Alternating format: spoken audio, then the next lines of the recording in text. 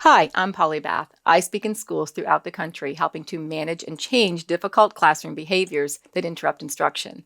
Today, I'm going to answer one of your questions. I have a kindergarten student who is the youngest, but also the smartest. The problem is she wants to play all day and won't listen or stay seated. What can I do?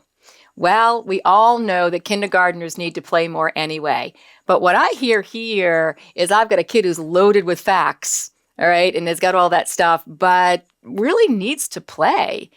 And so that's going to be a really balance for you. So we got to get the facts into the other kids. But maybe this kiddo does need to play a little bit more. And wouldn't that be okay? As long as we're clear, we set expectations. If she gets things done and she's getting them done accurately and she's right on the mark, I don't want to give her more curriculum. I'd rather she had some time to play.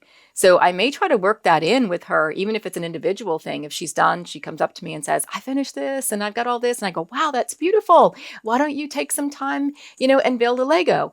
The other kids are going to get like, well, how come she gets, oh, you know what? She's got her job done.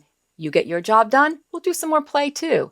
So you got on your hands a kiddo loaded with facts, but really does need to play because developmentally, it's absolutely necessary. Don't forget to like, subscribe, hit the bell for notifications, watch these videos, and if you've got questions for future videos, include them in the comments below.